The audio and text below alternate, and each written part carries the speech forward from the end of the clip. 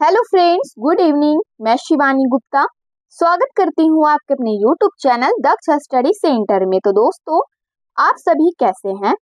आशा है कि आप लोग स्वस्थ होंगे, मस्त होंगे और अपने एग्जाम के लिए अच्छे से तैयारी कर रहे होंगे। तो दोस्तों, यदि आप स्टेट सीटेड बीएड या डीएलएड की तैयारी कर रहे हैं तो ये वीडियो आपके लिए बहुत ही हेल्पफुल होने वाला है दोस्तों, क्योंकि आज इस चैनल के माध्यम से दोस्तों बाल विकास से रिलेटेड कुल 30 एमसीक्यू आपके सामने लाई हूँ, जो कि दोस्तों आपके एग्जाम के लिए बहुत ही महत्वपूर्ण प्रश्न है दोस्तों।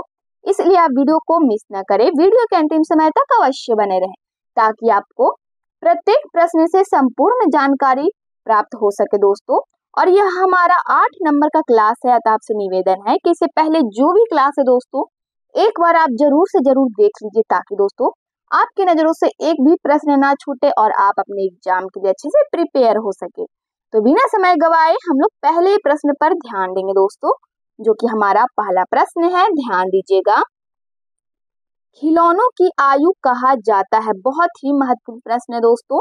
पूर्व बाल अवस्था को, उत्तर बाल अवस्था को, शैशवावस्था को, या फिर दोस्तों इनमें से सभी। तो बताइए इनमें से हमारा इस प्रश्न का सही आंसर क्या होगा? इस प्रश्न का आंसर वही व्यक्ति बता सकते हैं जो दोस्तों डेली क्लास ज्वाइन करते होंगे। तो बताइए इनमें से हमारा इसका सही आंसर क्या होगा? खिलौनों की आयु किस अवस्था को कहा जाता है दोस्तों? तो इनमें से जो हमारा सही आंसर है पूर्व बाल अवस्था को कहा जाता है दोस्तों। हमारा ए ऑप्शन इसका आंसर हो जाएगा। अगले प्रश्न पर इसी प्रकार ध्यान देंगे। तो हमारा अगला प्रश्न है, निम्न में से कौन सी पूर्व बाल अवस्था की विशेषता नहीं है? बताइए दोस्तों, निम्न में से कौन सी है जो पूर्व बाल अवस्था की विशेषता नहीं है? ए में दे दिया है दल या समूह में रहने की अवस्था, बी में है अनुकरण करने की अवस्था, सी में है प्रश्न करने की अवस्था, डी में है खेलने की अवस्था। तो इनमें से हमारा इस प्रश्न का सही आंसर क्या होगा दोस्तों? बताइए निम्न में से कौन सी पूर्व बाल अवस्था की विशेषता नहीं है?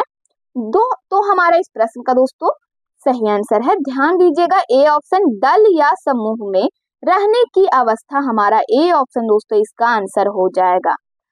अगले प्रश्न पर इसी प्रकार ध्यान देंगे। तो हमारा अगला प्रश्न है, उत्तर बाल अवस्था में बालक भौतिक वस्तुओं के किस आवश्यक तत्व में परिवर्तन समझने लगते हैं? बताइए दोस्तों, ए में दे दिया है द्रव्यमान और संख्या में, या फिर दोस्तों संख्या, डी में है द्रव्यमान, संख्या और क्षेत्र में। तो इनमें से हमारा इस प्रश्न का सही आंसर क्या होगा दोस्तों? बताइए उत्तर बाल अवस्था में बालक भौतिक वस्तुओं के किस आवश्यक तत्व में परिवर्तन समझने लगते हैं? तो इनमें से हमारा इसका सही आंसर है, ध्यान दीजिएगा, द्रव्यमान, संख्या और क्षेत्र में, तीनों में ही दोस्तों तीनों आवश्यक तत्व में परिवर्तन समझने लगते हैं। हमारा ए बी सी हमारा तीनों सही है दोस्तों, अर्थात हमारा डी ऑप्शन इसका आंसर हो जाएगा। अगला प्रश्न है, ध्यान दीजिएगा, विकास का अर्थ है। बताइए दोस्तों विकास का क्या अर्थ है? ए में दे दिया है परिवर्तनों की उत्तरोत्तर श्रृंखला, बी में है अभिप्रेरणा के फल स्वरूप होने वाली परिवर्तनों की उत्तरोत्तर श्रृंखला, या फिर दोस्तों सी में है अभिप्रेरणा एवं अनुभव के फल स्वरूप होने वाले परिवर्तनों की उत्तरोत्तर श्रृंखला, या फिर दोस्तों ध्यान दीजिएगा डी में है परिपक्वता एवं अनुभव के फल स्वरूप होने वाले परिवर्तनों की श्रृंखला। तो इनमें से हमारा इसका सही आंसर क्या होगा दोस्तों? बताइए विकास का इनमें से क्या अर्थ है? बहुत ही महत्वपूर्ण प्रश्न है दोस्तों आपके एग्जाम के लिए, इसलिए आप दोस्तों इस प्रश्न का जवाब आप अपने कमेंट बॉक्स में बताइए। तो इनमें से हमारा सही आंसर है, विकास का अर्थ परिपक्वता एवं अनुभव के फल स्वरूप होने वाले परिवर्तनों की श्रृंखला है। हमारा डी ऑप्शन इसका आंसर हो जाएगा। और दोस्तों आपको कोई भी प्रश्न का दोस्तों उत्तर आ रहा है, आंसर आ रहा है, तो कमेंट बॉक्स में बताने में आप बिल्कुल से बिल्कुल देर न करें दोस्तों। तो हमारा अगला प्रश्न है, ध्यान दीजिएगा, विकास के संदर्भ में निम्न में से कौन सा कथन सत्य नहीं है? बताइए दोस्तों विकास की प्रत्येक अवस्था के अपने खतरे हैं, या फिर दोस्तों बी में है विकास उकसाने या बढ़ावा देने से नहीं होता है, सी में है विकास सांस्कृतिक परिवर्तनों से प्रभावित होता है, या फिर दोस्तों डी में है विकास की प्रत्येक अवस्था की अपनी विशेषताएं होती है। तो बताइए दोस्तों विकास के संदर्भ में निम्न में से कौन सा कथन है जो दोस्तों सत्य नहीं है, गलत है? तो इनमें से हमारा इसका सही आंसर है दोस्तों, कौन सा कथन विकास के अनुसार गलत है दोस्तों? तो हमारा बी ऑप्शन इसका आंसर हो जाएगा दोस्तों, विकास के संदर्भ में विकास उकसाने या बढ़ावा देने से नहीं होता है, यह कथन हमारा बिल्कुल गलत है दोस्तों। विकास उकसाने या बढ़ावा देने से नहीं होता है, बी ऑप्शन हमारा इस प्रश्न का आंसर हो जाएगा। अगला प्रश्न है, ध्यान दीजिएगा, निम्न में से कौन सा विकासात्मक कार्य उत्तर बाल अवस्था के उपयुक्त नहीं है। निम्न में से कौन सा विकासात्मक कार्य उत्तर बाल अवस्था के उपयुक्त नहीं है दोस्तों। सामान्य खेलों के लिए आवश्यक शारीरिक कुशलताएं सीखना, या फिर दोस्तों बी में है, ध्यान दीजिएगा, पुरुषोचित या धियोचित सामाजिक भूमिकाओं को प्राप्त करना, सी में है, व्यक्तिगत आत्मनिर्भरता प्राप्त करना, डी में है, अपने हम उम्र बालकों के साथ रहना या सीखना। तो इनमें से हमारा इसका सही आंसर क्या होगा दोस्तों, बताइए। निम्न में से कौन सा विकासात्मक कार्य उत्तर बाल अवस्था के उपयुक्त नहीं है। तो दोस्तों इनमें से हमारा इस प्रश्न का सही आंसर है पुरुषोचित या धियोचित सामाजिक भूमिकाओं को प्राप्त करना, हमारा बी ऑप्शन इसका आंसर हो जाएगा। अगला प्रश्न है, समान परिपक्वन से पहले प्रशिक्षित करना प्रायः सामान्य कौशलों के निष्पादन के संदर्भ में बहुत लाभकारी होता है, या फिर दोस्तों ध्यान दीजिएगा ऑप्शन की ओर, बी में है, प्रायः कुल मिलाकर हानिकारक होता है, या फिर दोस्तों सी में है, दीर्घकालिक दृष्टि से लाभकारी होता है, डी में है दोस्तों ध्यान दीजिएगा, लाभकारी हो या हानिकारक, यह इस पर निर्भर करता है कि प्रशिक्षण में किस प्रकार की विधि का प्रयोग किया गया है। तो इनमें से हमारा इसका सही आंसर क्या होगा दोस्तों, बताइए। जल्द से जल्द दोस्तों इस प्रश्न का अपने कमेंट बॉक्स में दोस्तों आंसर बताइए। तो इनमें से जो हमारा सही आंसर है, सामान्य परिपक्वन से पहले प्रशिक्षित करना प्रायः लाभकारी हो या हानिकारक, बात इस पर निर्भर करता है कि प्रशिक्षण में किस प्रकार की विधि का प्रयोग किया गया है। हमारा डी ऑप्शन दोस्तों इसका बिल्कुल सही आंसर है, हमारा डी ऑप्शन इसका आंसर हो जाएगा। अगले प्रश्न पर इसी प्रकार ध्यान देंगे दोस्तों, और वीडियो के अंतिम समय तक अवश्य बने रहिए, ताकि दोस्तों आपके एग्जाम के लिए दोस्तों एक भी प्रश्न आपके नजरों से एक भी प्रश्न ना छूटे दोस्तों, और आप अपने एग्जाम के लिए अच्छे से प्रिपेयर हो सके। तो हमारा अगला प्रश्न है, ध्यान दीजिएगा, 5 वर्ष का राजू अपनी खिड़की के बाहर तूफान को देखता है, बिजली चमकती है और कड़कने की आवाज आती है। राजू शोर सुनकर उछलता है, बार बार यह घटना होती है, फिर कुछ देर शांति के पश्चात बिजली कड़कती है। राजू बिजली की गरजना सुनकर उछलता है। राजू का उछलना सीखने के किस सिद्धांत का उदाहरण है, बताइए दोस्तों। साधीय अनुबंधन, बी में है, ध्यान दीजिएगा, क्रिया प्रसूत अनुबंधन है, या फिर दोस्तों सी में है, ध्यान दीजिएगा, प्रयत्न एवं भूल यानी प्रयास एवं त्रुटि का सिद्धांत है, या फिर दोस्तों ध्यान दीजिएगा डी में है, इनमें से कोई नहीं। तो इनमें से हमारे इस प्रश्न का सही आंसर क्या होगा दोस्तों, बताइए। राजू का उछलना सीखने के किस सिद्धांत का उदाहरण है दोस्तों। तो इनमें से हमारा सही आंसर है साधीय अनुबंधन का एक उदाहरण है दोस्तों, हमारा ए ऑप्शन इसका आंसर हो जाएगा। साधीय अनुबंधन का यह सिद्धांत का उदाहरण है दोस्तों, ए ऑप्शन हमारा इसका उत्तर है। अगला प्रश्न है, सकारात्मक दंड का निम्न में से कौन सा उदाहरण है, बताइए दोस्तों। सकारात्मक दंड का निम्न में से कौन सा उदाहरण है। ए में दे दिया है, मित्रों के द्वारा उपहास, बी में है, मित्रों के साथ समय बर्बाद करना, सी में है, मीन मेख निकालना बंद करना, या फिर दोस्तों ध्यान दीजिएगा डी में, इनमें से सभी। तो इनमें से हमारा इस प्रश्न का सही आंसर क्या होगा दोस्तों, बताइए। सकारात्मक दंड का निम्न में से कौन सा उदाहरण है, तो मित्रों के द्वारा उपहास, हमारा ए ऑप्शन इसका आंसर हो जाएगा।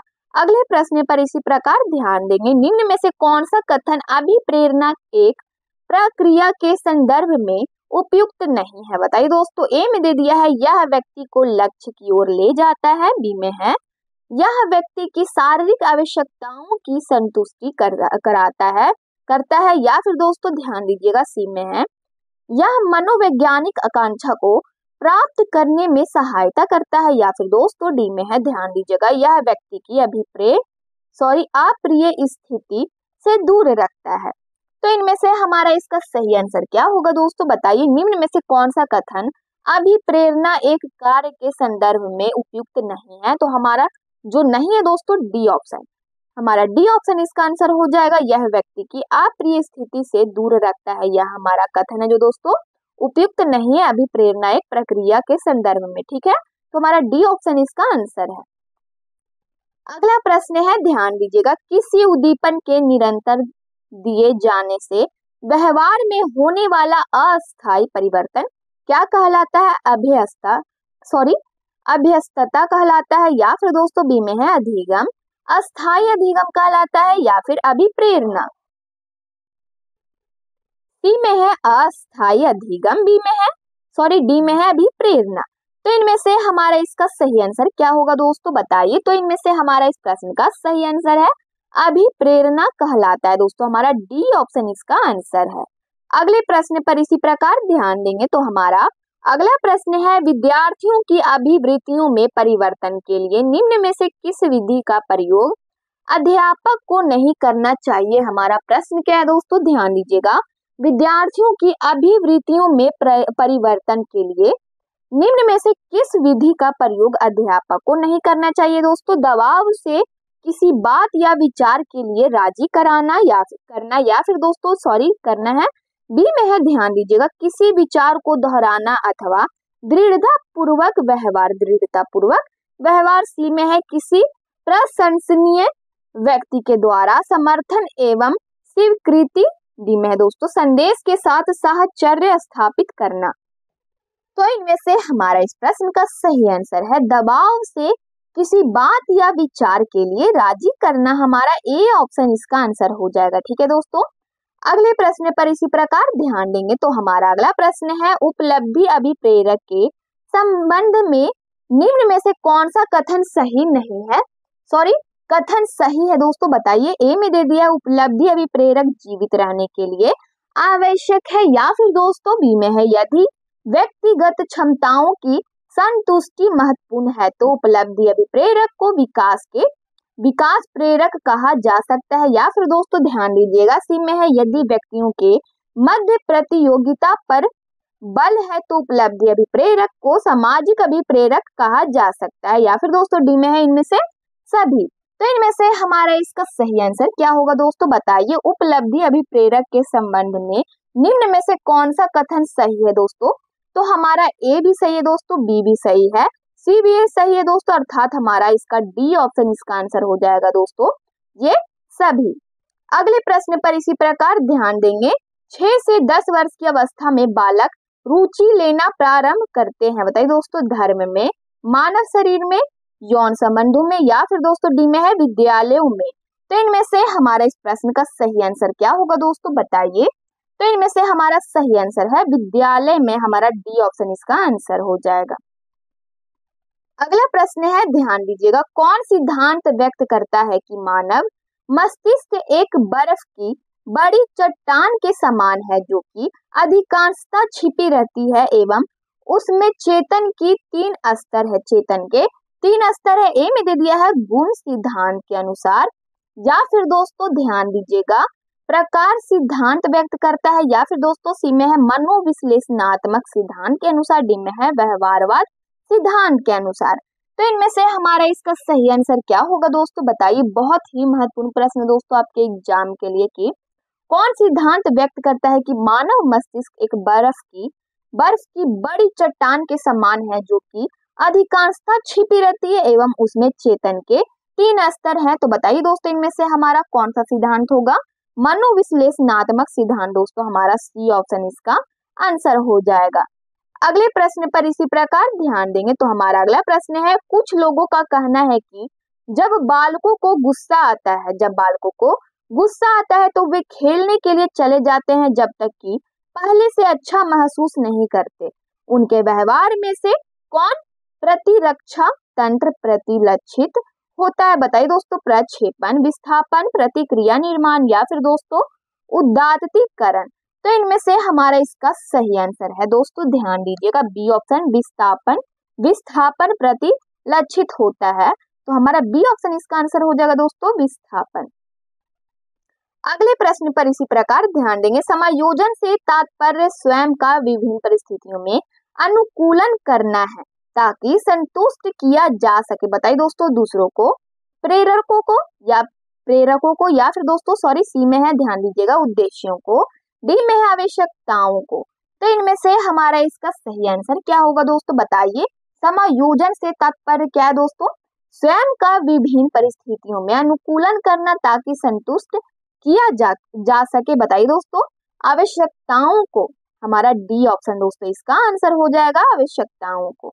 अगले प्रश्न पर इसी प्रकार ध्यान देंगे, निम्न में से कौन सा व्यवहार भावात्मक बाधा को प्रदर्शित नहीं करता है। बाल अपराध को, या फिर दोस्तों बी में है, ध्यान दीजिएगा, कमजोरों को डराने वाला, या फिर सी में है भगोड़ापन, या फिर दोस्तों डी में है स्वालीनता। तो इनमें से हमारा इसका सही आंसर क्या होगा दोस्तों, बताइए। निम्न में से कौन सा व्यवहार भावनात्मक बाधा को प्रदर्शित नहीं करता है दोस्तों, तो स्वालीनता हमारा डी ऑप्शन इसका आंसर हो जाएगा। अगले प्रश्न पर ध्यान देंगे, निःशक्त बालकों की शिक्षा के लिए प्रावधान किया जा सकता है समावेशी शिक्षा द्वारा, मुख्य धारा में डालकर, या फिर दोस्तों समाकलन द्वारा, डी में इनमें से कोई नहीं। तो इनमें से हमारा इसका सही आंसर क्या होगा दोस्तों, बताइए। तो इनमें से हमारा इसका सही आंसर है दोस्तों, ध्यान दीजिएगा, समावेशित शिक्षा द्वारा, हमारा ए ऑप्शन इसका आंसर हो जाएगा दोस्तों, कि निःशक्त बालकों की शिक्षा के लिए प्रावधान किया जा सकता है समावेशित शिक्षा द्वारा, हमारा ए ऑप्शन इसका आंसर हो जाएगा। अगले प्रश्न पर इसी प्रकार ध्यान देंगे, तो हमारा अगला प्रश्न है, ध्यान दीजिएगा, निम्न में से कौन सी मानसिक मंदता की विशेषता नहीं है दोस्तों, बुद्धि लब्धि का 25 से 70 के मध्य होना, बी में है धीमी गति से सीखना एवं दैनिक जीवन की क्रियाओं को ना कर पाना, या फिर दोस्तों सी में है, ध्यान दीजिएगा, वातावरण के साथ अनुकूलन में कठिनाई, डी में है अंतर्वैयक्तिक संबंधों का कमजोर होना। तो इनमें से हमारा इस प्रश्न का सही आंसर क्या होगा दोस्तों, बताइए। निम्न में से कौन सी मानसिक मंदता की विशेषता नहीं है दोस्तों, तो अंतर्वैयक्तिक संबंधों का कमजोर होना, हमारा डी ऑप्शन इसका आंसर हो जाएगा दोस्तों, ठीक है। बाकी ए बी सी हमारा तीनों सही है दोस्तों, मानसिक मंदता की विशेषता है ए बी सी, ठीक है, डी हमारा नहीं है। इसी प्रकार अगले प्रश्न पर भी ध्यान देंगे, तो हमारा अगला प्रश्न है, ध्यान दीजिएगा दोस्तों, विद्यार्थियों के अच्छे मानसिक स्वास्थ्य को बनाए रखने के लिए निम्न में से कौन सा तरीका अधिक महत्वपूर्ण है दोस्तों, बताइए। सहशैक्षिक क्रियाओं का प्रावधान, बी में है अभिव्यक्ति की स्वतंत्रता, या फिर दोस्तों सी में है रुचियों की भिन्नता, डी में है अध्यापक की भूमिका एवं विद्यालय वातावरण। तो इनमें से हमारा इसका सही आंसर क्या होगा दोस्तों, बताइए। विद्यार्थियों के अच्छे मानसिक स्वास्थ्य को बनाए रखने के लिए निम्न में से कौन सा तरीका अधिक महत्वपूर्ण है, तो इनमें से जो हमारा महत्वपूर्ण है दोस्तों, ध्यान दीजिएगा, डी ऑप्शन अध्यापक की भूमिका एवं विद्यालय वातावरण का महत्वपूर्ण होना बहुत ही जरूरी है दोस्तों, हमारा डी ऑप्शन इसका आंसर हो जाएगा। अगले प्रश्न पर इसी प्रकार ध्यान देंगे, तो हमारा अगला प्रश्न है, कमजोर वर्ग के बालक से तात्पर्य है। बताइए दोस्तों, कमजोर वर्ग के बालक से क्या तात्पर्य है। ए में दे दिया ऐसे अभिभावकों के बालक से जिनकी वार्षिक आय कम है, या फिर दोस्तों बी में ऐसे अभिभावकों के बालक से जो वंचित वर्ग में आते हैं, या फिर दोस्तों सी में है ऐसे अभिभावकों के बालक से जो गरीबी रेखा से नीचे की सीमा में आते हैं, डी में है ऐसे अभिभावकों के बालकों से जो सरकार द्वारा निर्धारित न्यूनतम सीमा की वार्षिक आय की सीमा से नीचे के वर्ग में आते हैं। तो इनमें से हमारा इस प्रश्न का सही आंसर क्या होगा दोस्तों, बताइए। कमजोर वर्ग के बालक से क्या तात्पर्य है, तो इनमें से जो हमारा सही आंसर है, ध्यान दीजिएगा, कमजोर वर्ग के बालक से तात्पर्य ऐसे अभिभावकों के बालकों से है जो सरकार द्वारा निर्धारित न्यूनतम सीमा की वार्षिक आय की सीमा से नीचे के वर्ग में आते हैं। हमारा डी ऑप्शन इस प्रश्न का दोस्तों आंसर हो जाएगा कि कमजोर वर्ग के बालक से क्या तात्पर्य है, तो डी ऑप्शन हमारा इसका आंसर है। अगला प्रश्न है, ध्यान दीजिएगा, अगला प्रश्न है, शिक्षा का अधिकार अधिनियम 2009 में निर्दिष्ट किया गया है कि कक्षा 2 से कक्षा 4 तक यदि प्रवेश दिए गए विद्यार्थियों की संख्या 200 से अधिक है तो विद्यार्थी अध्यापक आवश्यक अनुपात होगा। बताइए दोस्तों कितना होगा। एक बार फिर से प्रश्न की ओर ध्यान दीजिएगा दोस्तों। शिक्षा का अधिकार अधिनियम 2009 में निर्दिष्ट किया गया है कि कक्षा 2, यहाँ पे 2 है, ठीक है, 2 से कक्षा 4 तक यदि परिवेश दिए गए विद्यार्थियों की संख्या 200 से अधिक है तो विद्यार्थी अध्यापक आवश्यक अनुपात कितना होगा दोस्तों? 30, 40, 45 या फिर दोस्तों डी में है, ध्यान दीजिएगा, 50। तो इनमें से जो हमारा सही आंसर है दोस्तों, ध्यान दीजिएगा, हमारा इनमें से सही आंसर हो जाएगा 40, हमारा बी ऑप्शन इसका आंसर हो जाएगा। अगले प्रश्न पर इसी प्रकार ध्यान देंगे। तो हमारा अगला प्रश्न है दोस्तों, ध्यान दीजिएगा, क्रियात्मक अनुसंधान के संबंध में निम्न में से कौन सा कथन सही नहीं है? बताइए दोस्तों, यह अध्यापकों एवं शिक्षा व्यवसाय से जुड़े लोगों के द्वारा किया जाता है। बी में है, यह किसी विशिष्ट समस्या के समाधान के लिए किया जाता है। या फिर डी में, सी में है, व्यापक स्तर पर निर्णय लेने के लिए सूचना संकलन का कार्य इसमें किया जाता है। डी में है, स्थानीय स्तर पर रोजमर्रा की समस्याओं के। तो इनमें से हमारा इसका सही आंसर क्या होगा दोस्तों? बताइए, क्रियात्मक अनुसंधान के संबंध में निम्न में से कौन सा कथन है जो दोस्तों सही नहीं है, जो नहीं सही है दोस्तों? तो इनमें से हमारा इसका सही आंसर है, ध्यान दीजिएगा, क्रियात्मक अनुसंधान के संबंध में व्यापक स्तर पर निर्णय लेने के लिए सूचना संकलन का कार्य इसमें किया जाता है। यह कथन हमारा बिल्कुल सही नहीं है दोस्तों, हमारा सी ऑप्शन इसका आंसर हो जाएगा। अगले प्रश्न पर इसी प्रकार ध्यान देंगे, निम्न में से कौन सा कथन शिक्षण के बारे में सत्य नहीं है दोस्तों? शिक्षण में सुधार किया जा सकता है, शिक्षण औपचारिक एवं अनौपचारिक है, या फिर दोस्तों शिक्षण विज्ञान के साथ कला भी है, या फिर डी में है, शिक्षण अनुवेशन है। तो इनमें से हमारा इस प्रश्न का सही आंसर क्या होगा दोस्तों? बताइए, बहुत ही महत्वपूर्ण प्रश्न है दोस्तों। तो जल्द से जल्द दोस्तों इस प्रश्न का आंसर बताइए अपने कमेंट बॉक्स में, निम्न में से कौन सा कथन शिक्षण के बारे में सत्य नहीं है? तो इनमें से जो सत्य नहीं है दोस्तों, डी ऑप्शन शिक्षण अनुवेशन है, यह हमारा गलत है दोस्तों, डी ऑप्शन हमारा इसका आंसर है।